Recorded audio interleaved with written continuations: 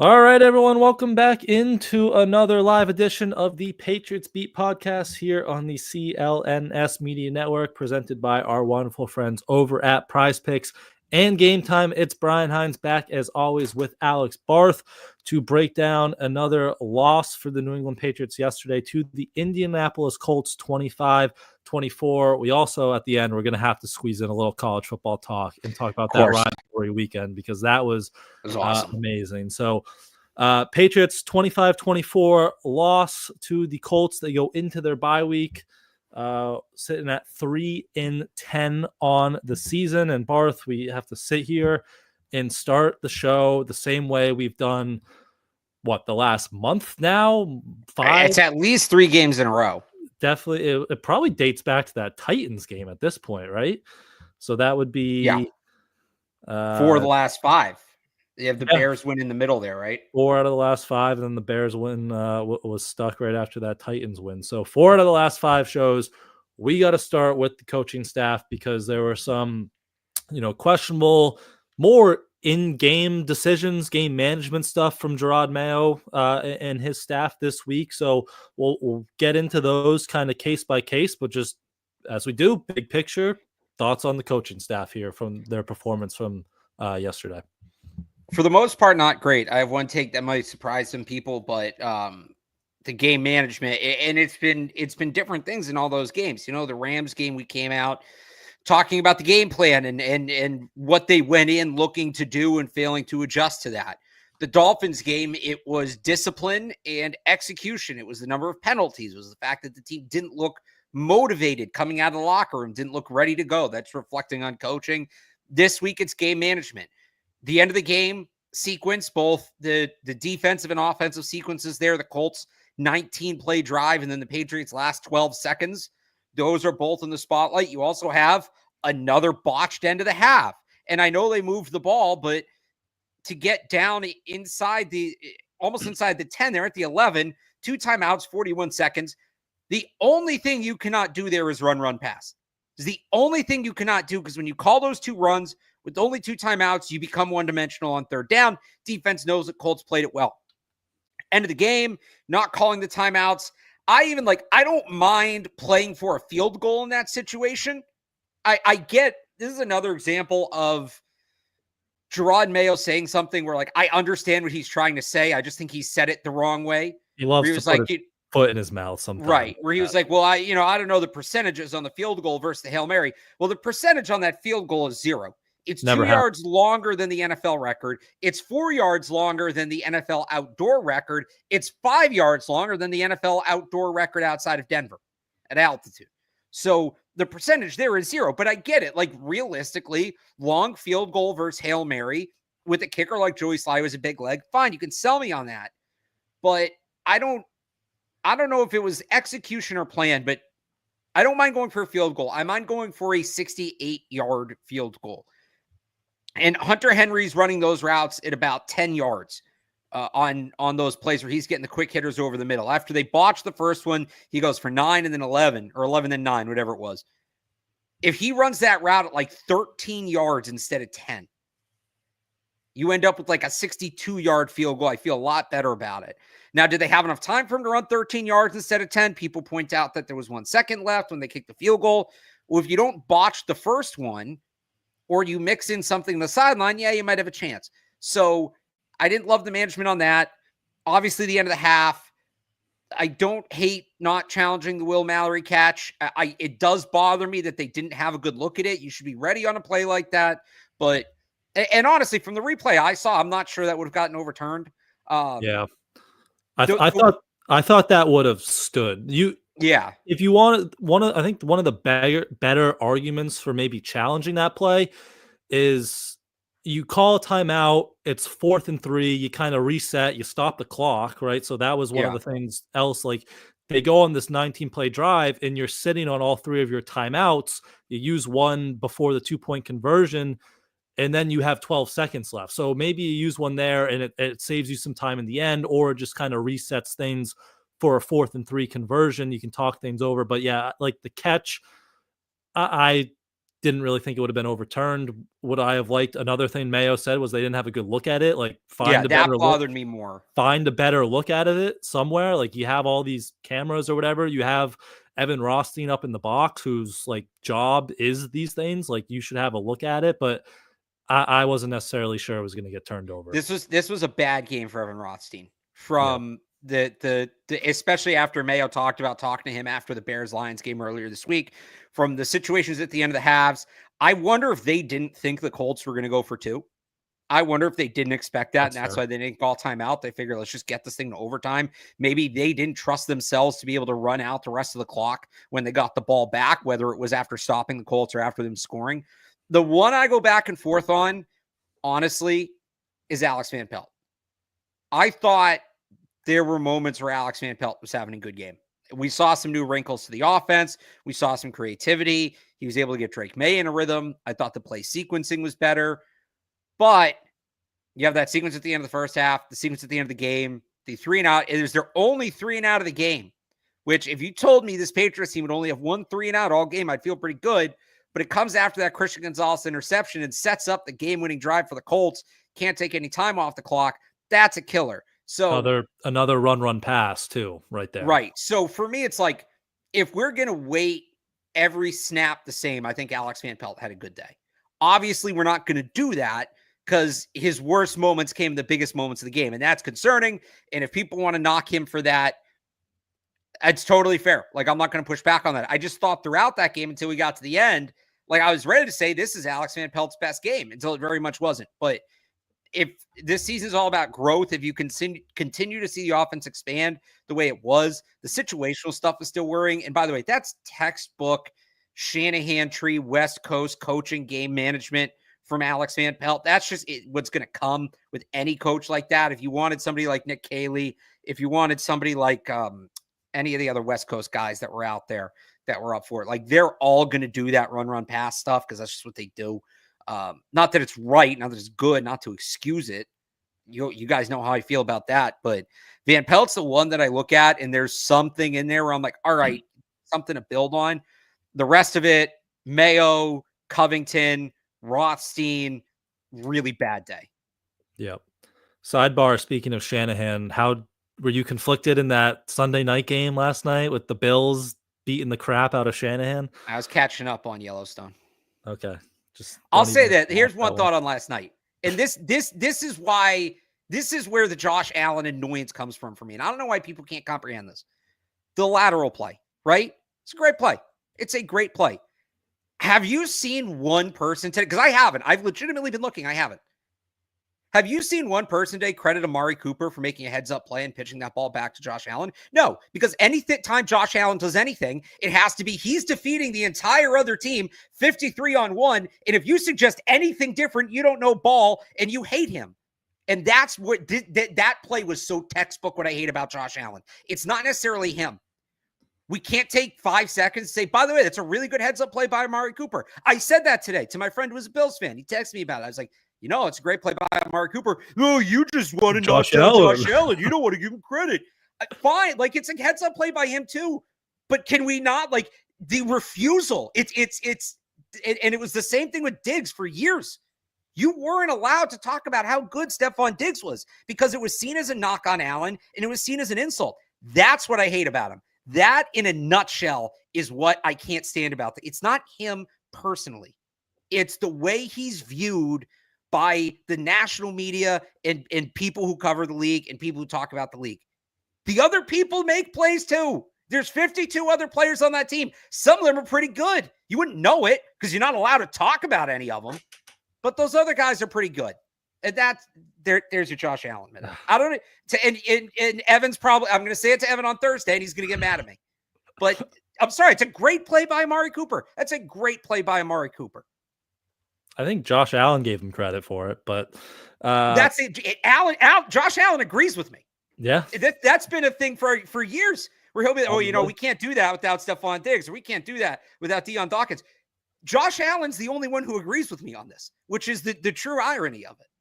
Fair. Week 16 and 18 will be fun when Josh Allen dices up the Pats to clinch his MVP. But he's not. You think he's playing Week 18?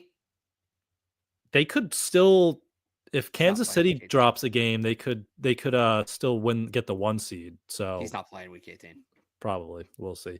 I lost my fantasy game by 2 points because he got credit for a throwing touchdown and receiving touchdown on that. So that's how my night went. No one cares about my fantasy team. But back to Pat's. We were talking about Alex Van Pelt before that. Yeah, I thought he was having a good game. You mentioned some of the things he did well. Like, you saw more Marcus Jones. The usage was cool there, even as a decoy. You saw that Jacoby Brissett wrinkle where you sprinkle in, maybe is he going to be a quarterback sneak, and then it's a jet sweep on the outside to Kendrick Bourne. Like, you saw more of that good stuff, but the key moments, it kind of fell apart. And the end of the first half situation was just kind of mind-boggling to me. Like, you get a 29-yard completion to Kayshon Boutte to set yourself up at the 11. You probably didn't even need to call a timeout there with 41 seconds, and then you run for a yard, timeout.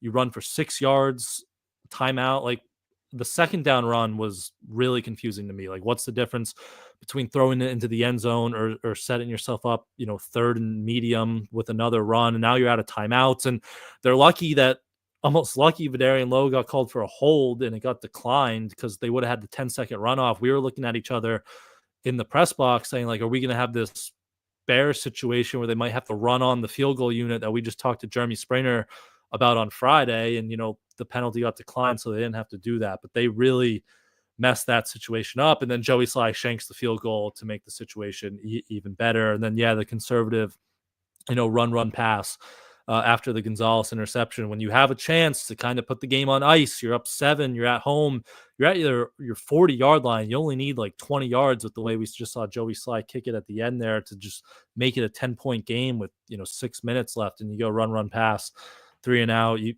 maybe a little blame on Drake on that third down. He might have had Kendrick Bourne, but some pressure was closing in on him, so I didn't love the calls. But yeah, it was some questionable stuff there from Van Pelt in the big moments there. And Gerard, we said the no timeouts on the final drive, the challenge, some of the comments, field goal. I was fine with the decision, especially, you saw how close Joey Sly got. It's tough to really blame with the low odds either way. So I don't hate the decision, but it wasn't good all around. So just some of the in-game time management stuff, it was not good, especially as you said, when you have Evan Rothstein, who that is his job, like assistant director of game management or whatever the title is. It wasn't good all around from that group yesterday. No, it wasn't. And plain and simple, like just not good enough cost them the game. They played well enough, especially offensively. They played well enough to win, and the defense had its moments. Like, they only allowed 250 total yards. Yeah. Every drive, there were no like, all right, we gave a couple first downs and we settled in. It was either 3 and outs or these long sustained marches, but they had their moments. They played well enough. Now, the Colts aren't a great team, so you factor that in. But they played well enough to win that game. They did. The coaching got in the way. I don't know that it's the entire reason they lost, but the coaching got in the way for sure. Let me ask you another one. I haven't seen many people talk about this, and it was earlier in the game, so that probably explains Sherrod Mayo's choice, but they score a touchdown. It was the Hooper touchdown. You make it 15-14, and they kick the extra point. I was a little surprised by that. To go up 2 when, I know it's the second quarter and there's so much game left, but you kind of just figure maybe you go for 2 and then you go up 3, right? So you have that field goal lead. And now looking back at it, that point is pretty costly, right? You lose by 1 point. Right. So was that, I haven't seen many people talk about that. And again, second quarter, early in the game, a lot of game left, but were you a little surprised by that choice there? Yes and no. I mean, I wasn't surprised just on how they've coached this year. Yeah. It is early in the game. Do you want to start chasing points? Because if you don't get the 2-point conversion, they've been great at them. Now you're behind it. It goes back to my take of the decision. It goes only as good as the play you call. If they didn't feel good about the play call, I get it. Like, if they thought about it and said, should we go for 2? Maybe, but we don't feel confident in it, then it's a fine decision. I would hope it at least occurred to them and they had the conversation. If not, then that's a bigger issue. And that's one of those things that goes back to Rothstein, really, in the game management element. Yep. All right. I want to talk a little bit more about that offense, but very quickly before we do that, Prize Picks, where you can win up to 100 times your money with as little as 4 correct picks. You can make your picks in less than 60 seconds and turn your sports opinions into real money all season long on Prize Picks. Barth and I submit our lineup every game day, and you can join in or extend it to the entire league with stars like Justin Jefferson, Saquon Barkley, Patrick Mahomes, and more.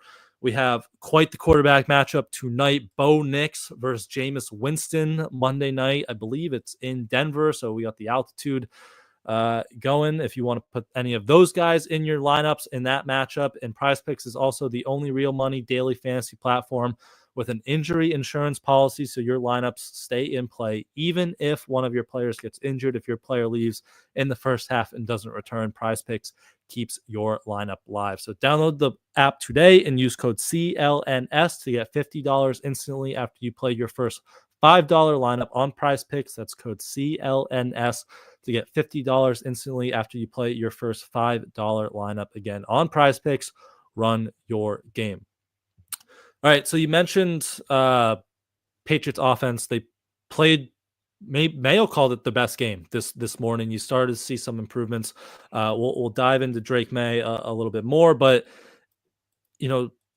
scoring 24 points, that feels like a lot for the Patriots, but it's almost like I felt like they could have had 40 in this game, and it was just some of those same issues of shooting themselves in the foot with penalties, maybe some definitely poor execution, play calling in the red area. They go 2 for 6 as the struggles continue there.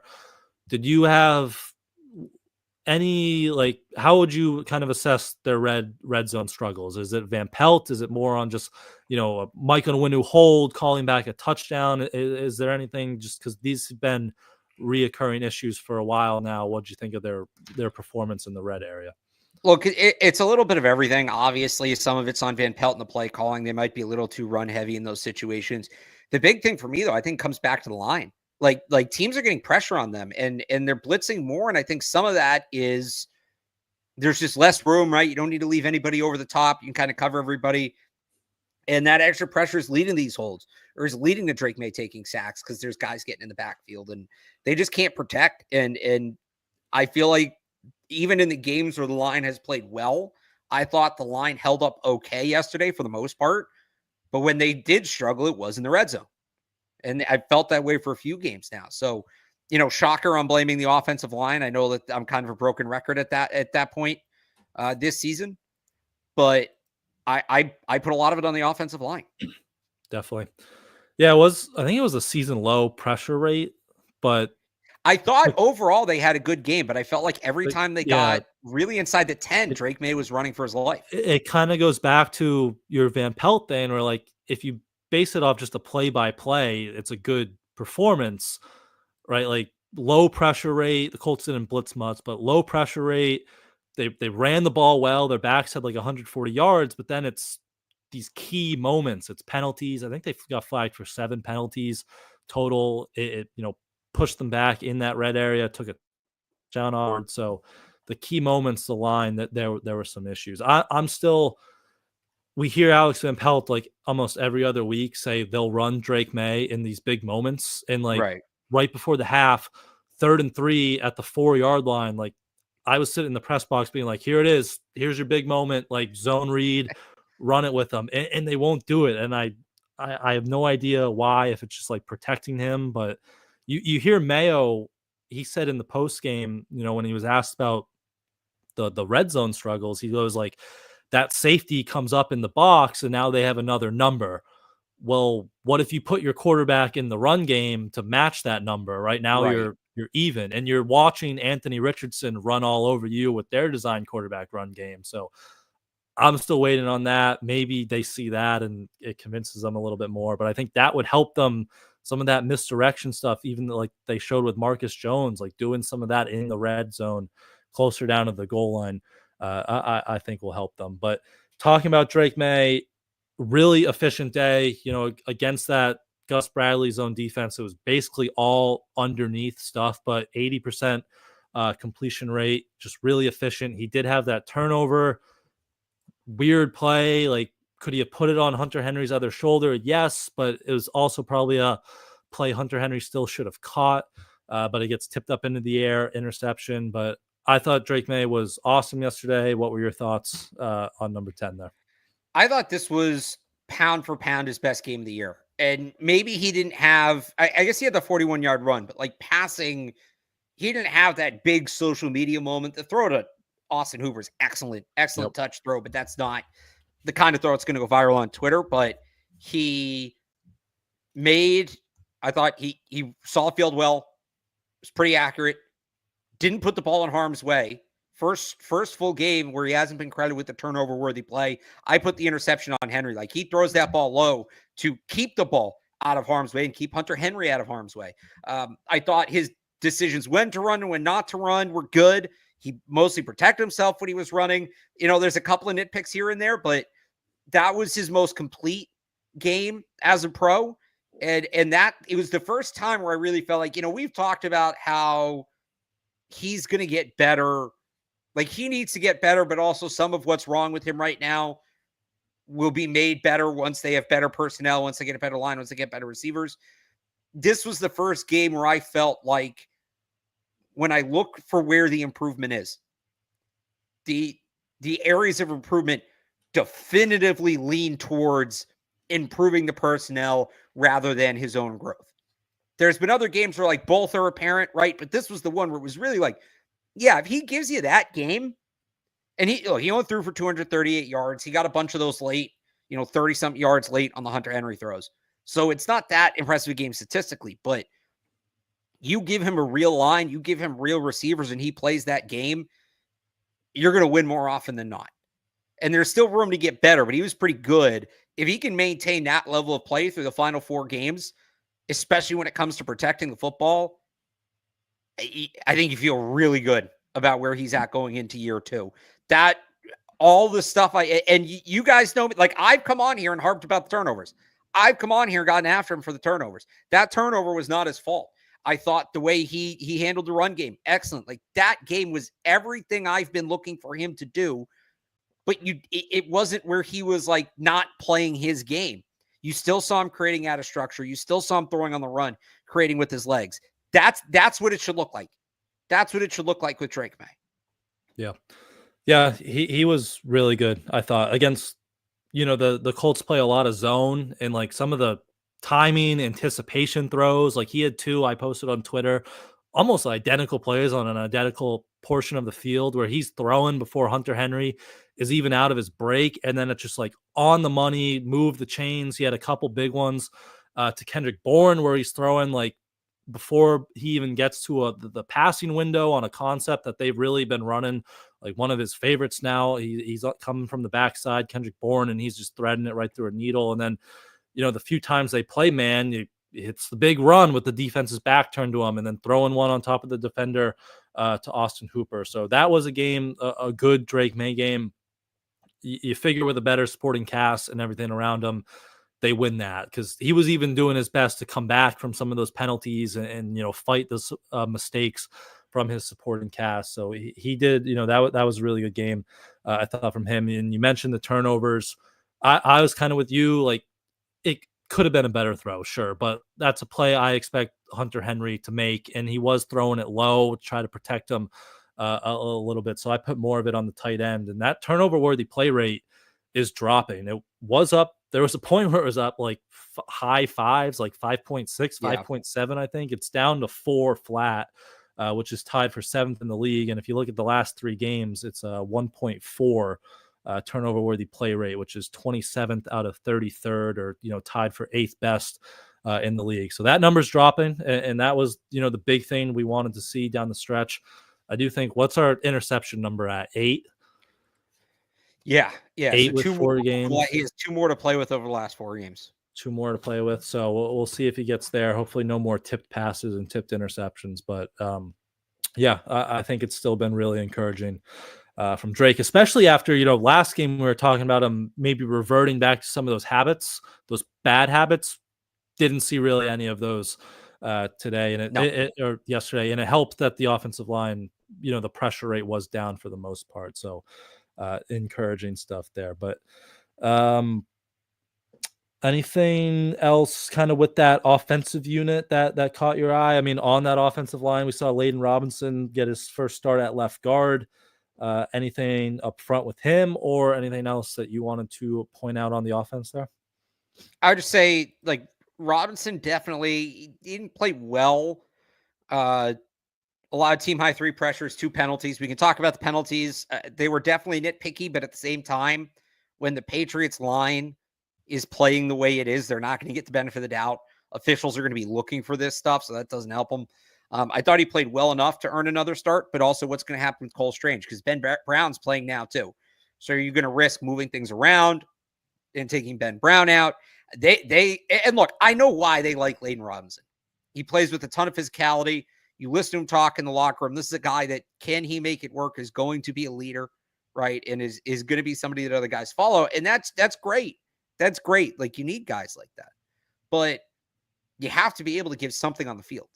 So is he, one of these leaders on the offensive line, or is he like a James Ferentz, who's a backup but a character guy? That's what they're going to need to figure out.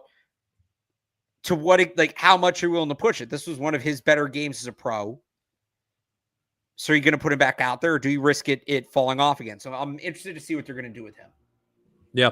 I thought it was encouraging. I know he gave up the 3 pressures, but there weren't any of those real bad mental losses, it seemed like, that you saw with him earlier in the season. And I talked to him last week, and he did say maybe sitting down for a little bit kind of helped see those things a little bit better. So you are seeing, again, it wasn't perfect, but you are seeing a little bit of growth. And if he could keep going in that positive direction for the last month of the season, I think that would be really positive. And they'll, maybe get Cole Strange back. Caden Wallace, I'm sure, is pretty close here, looks like, too. So maybe you're getting some more pieces, some young pieces. Those are guys that Mayo too singled out. They wanted to see more from down the stretch. So I thought it was a step in the right direction for Layden there. With the pass catchers and the backs, the one thing, like, I'm still just going to be banging the drum for more Antonio Gibson, like 8.9 yards per carry, especially in those wide zone runs. Like, you can tell there's a difference with him and that speed. He had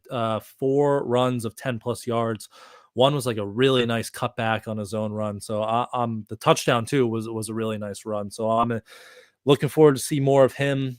Even though Mondre too had a good game running more of that downhill stuff, but I liked what I've seen from Gibson. So anything for you in that backfield, or you can include the receivers or tight ends as well in there. Any last thoughts?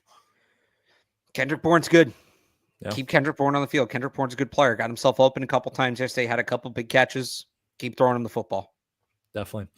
All right, let's move on to the defense. Before we do that, I want to tell you guys about Game Time. We all love going to football games live and in person. It was kind of a chilly one out there at Gillette, even though Drake went sleeveless for maybe his coldest game ever, but it was good atmosphere down there.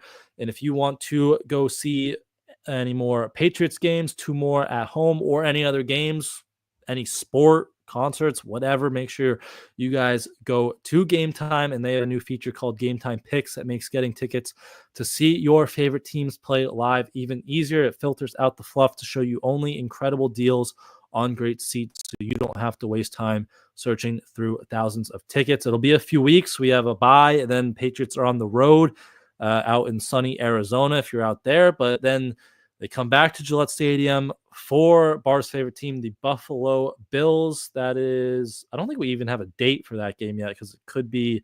No, that's one of those games. It could be Saturday, could be I'm Sunday. guessing it's not going to be Saturday, but no matter when it is, the cheapest get in right now on the Game Time app is $47, or you can move down to the lower level with the Game Time Picks feature. $100 right near where the Patriots run out of the tunnel. So $100 right up there. You can watch them on the Game Time app. So make sure you head to Game Time for their lowest price guaranteed and other in-app features such as seat views, all-in pricing, and of course Game Time Picks. That makes it even easier to save more on sports, concerts, comedy, theater, any tickets you are looking for. So take the guesswork out of buying tickets with Game Time. Download the Game Time app, create an account, and use code CLNS for $20 off your first purchase. Terms apply. Again, create an account and redeem code CLNS for $20 off. Download Game Time today. What time is it? Game time. All right. To the defense, again, not many yards given up, 200, just around 280 yards, but it was that big, 19 play, 80-yard drive that was the knife, the dagger to end it. What'd you just think from that unit as a whole before we get into some of those players? DeMarcus Covington, would you like to see him do anything different yesterday? But just kind of big picture thoughts on that defensive performance against the Colts. Just got to come out with more juice, right? They got carved up right from the start, and I thought maybe having Jabril Peppers back would add some of that. He's generally been a tone setter, but they got marched down the field on early. They got marched down the field on late. They played well in the non-key situations, but it doesn't mean anything if you don't get the stops when you need to get stops. Yep. I think they're one of the worst or the worst like statistical defenses when it's like a win probability between 25 and 75%. So like it's a close game. Sounds about right. And they're like statistically the worst defense in the league this year. So yeah, those big moments, like they just can't get off the field, can't get a stop. I thought, the run defense, the numbers for Jonathan Taylor, like they didn't blow up the box score, like 3.8 yards per carry, but it was enough that they stayed on schedule throughout the day. And Devon Gottschall said in the locker room after the game, like they kind of wanted to make Anthony Richardson throw the ball, but they couldn't get any of those run stops. The Colts stayed on schedule. Then, Richardson's, legs became a factor. He only had to drop back 24 times. So the run defense, I didn't think was great.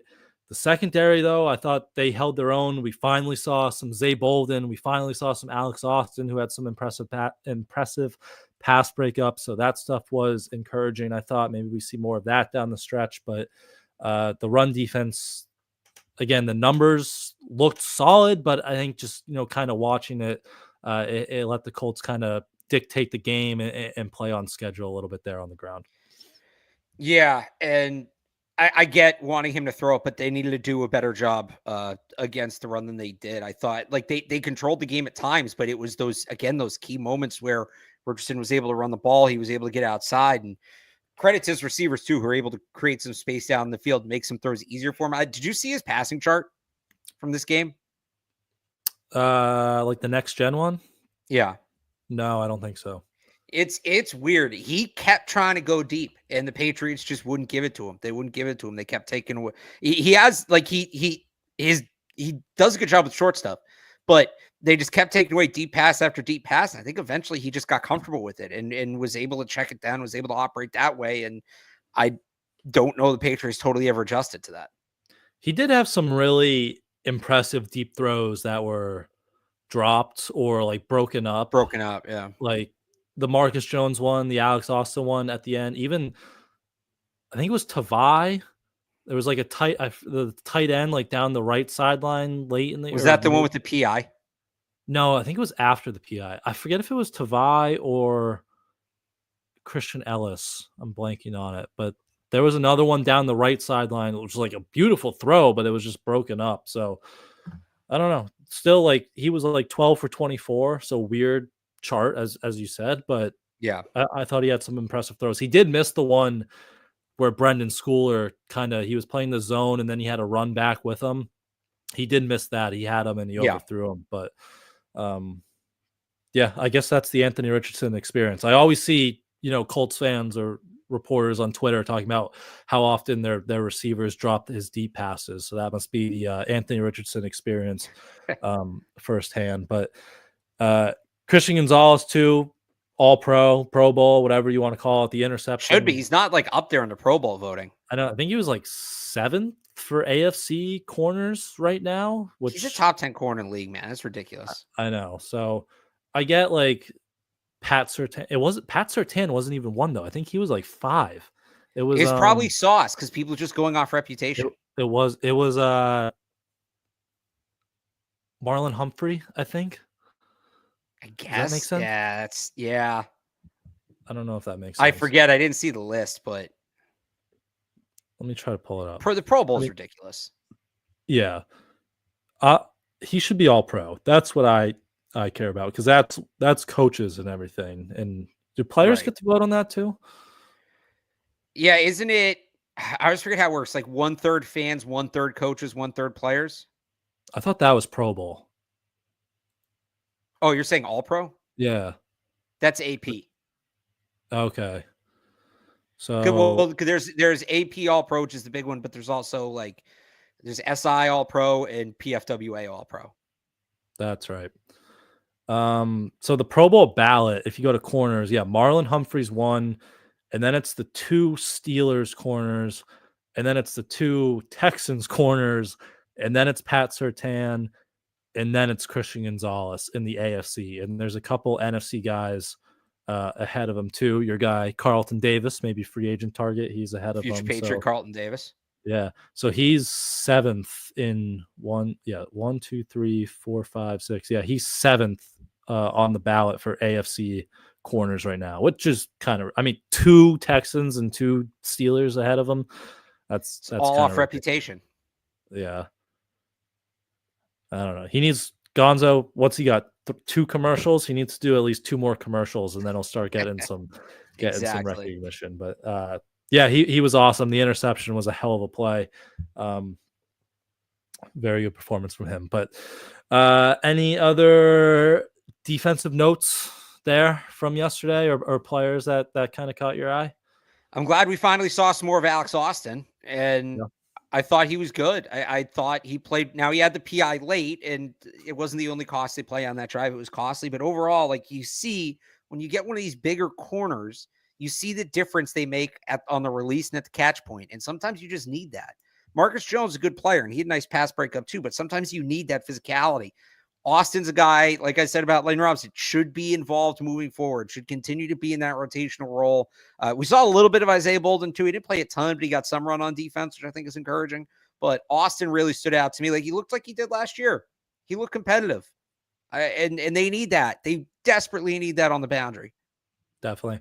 I wonder if that's something where down the stretch, they kind of did it with Kendrick Bourne for the game, and now you're seeing it on the offensive line where it's like, let's get some of these young guys in and sit down the veterans. And I don't want to say like bench Jonathan Jones, but maybe you see him more at safety, or he's just in that reduced kind of role to get a better look at Alex Austin and Zay Bolden over these last 4 games. So maybe that's in the cards, get some of those young guys in there. Because, I was encouraged. The PI, I don't know. He definitely was grabbing them, but, Pittman kind of pushed him too first, and he's a big corner like that. Those guys play physical. That's what I thought it was a competitive play. I didn't love that flag, and they were flag happy all day until the very end. So I get it, but I had no problem with how he played that.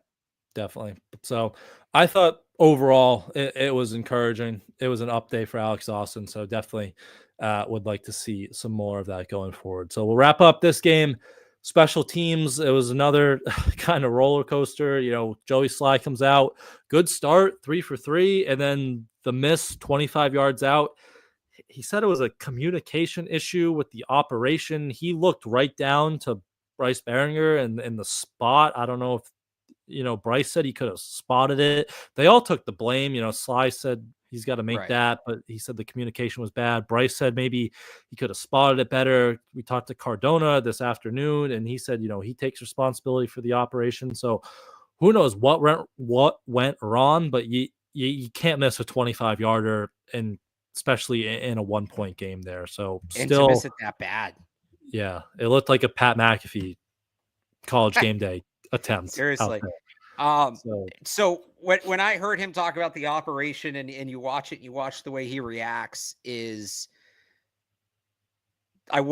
kickers use different holds for different situations. Like the ball may be angled a certain way, left or right or front or back. And you can see the ball's barely off his foot and he looks like he kicked a rock. Like he looks like his foot hit somebody he wasn't expecting it to hit. So my guess is the wrong hold. That doesn't mean it's on Behringer. It might have been communicated poorly by Sly or by Cardona or whoever. But my guess is he didn't get the hold he was expecting to get. Yep. Bryce said he had 2 different types of holds, so maybe he did the wrong one. That's what I'm thinking.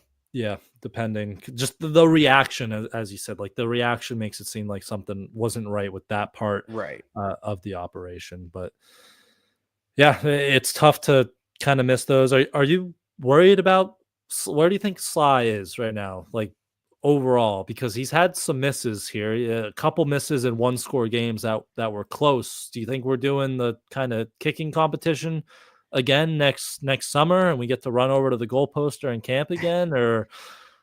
It's possible. Look, a lot of it's mental. I mean, this is kind of who he's been throughout his career, where he has a big leg, but he's maybe not the most accurate for, especially from short range. So it's not out of the ordinary for him. You just hope. I mean, that game, the way that went, to miss that kick as bad as he did, and clearly it bothered him, and then to have a game-winning kick, albeit an unrealistic one, miss. You just hope it doesn't get to him mentally, because we know how it works with kickers. Like it starts slipping mentally, and that's it. And that's what happened with Chad Ryland. He had to go all the way to Arizona to kind of get his swagger back. So to me, it all comes down to where he's at mentally.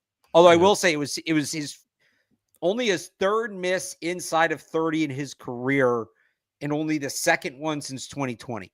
He's generally good from like inside 30s, that 40 to 49 range, where I'd say the 30 to 49 range, where he's not as consistent as you'd maybe want. That's where you do the trade-off for the big leg. But inside of 30, he's always been good.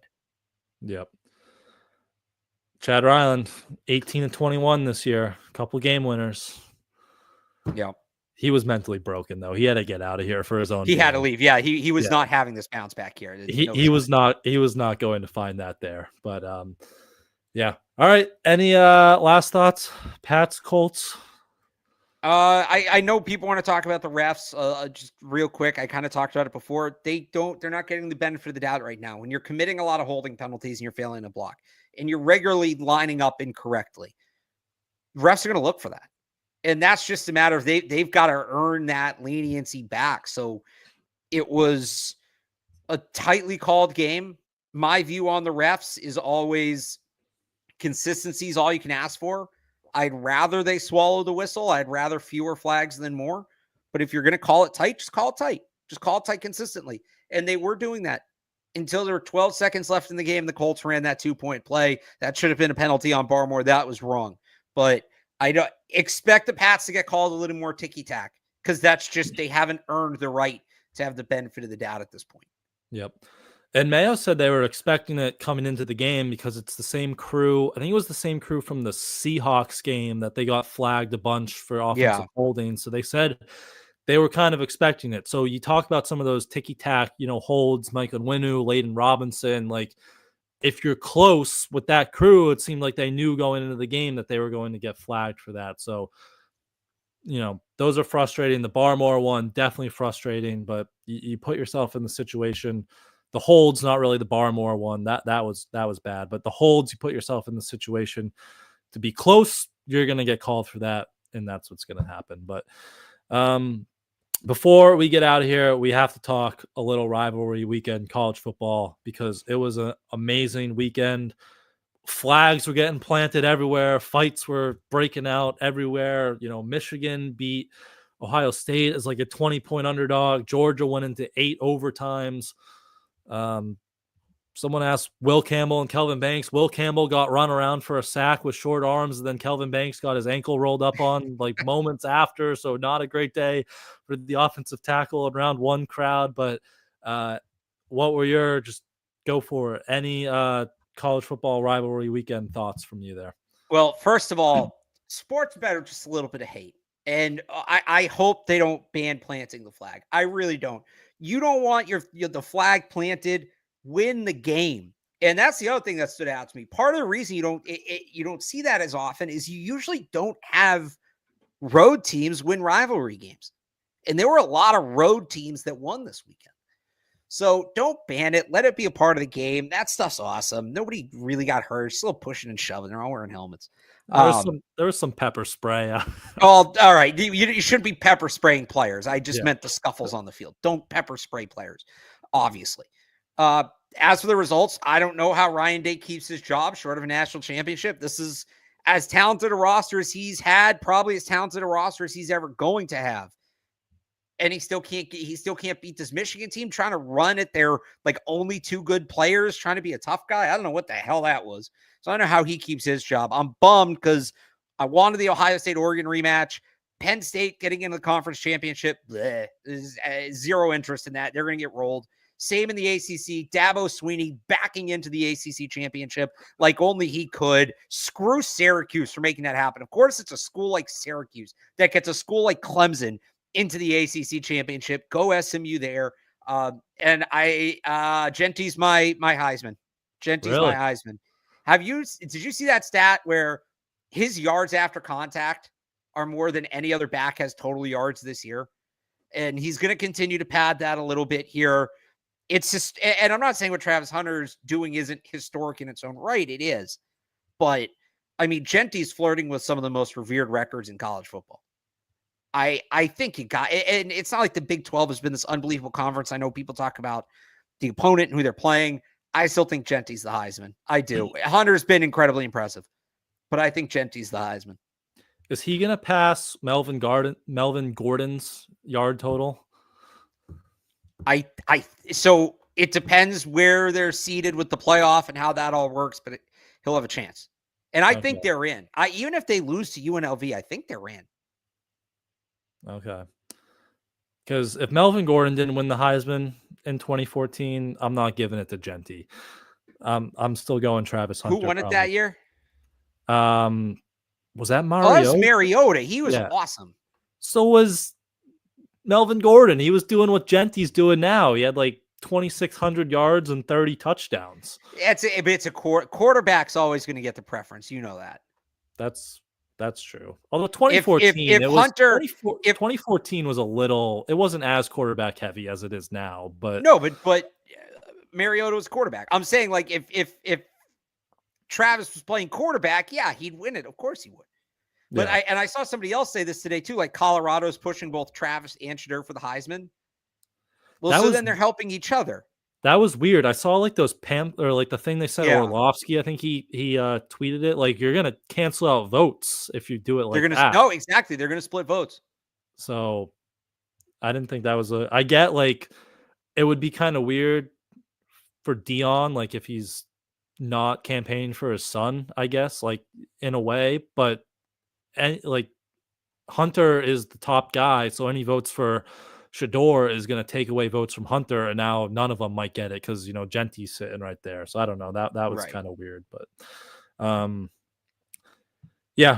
just like in general, like Ryan Day, yikes, like running it. Him and Chip I don't know how he keeps his job. Him and Chip Kelly just running it at like Mason Graham, and the one strength of the Michigan team all day was an interesting choice. Is it national championship or fired for him? Do you think?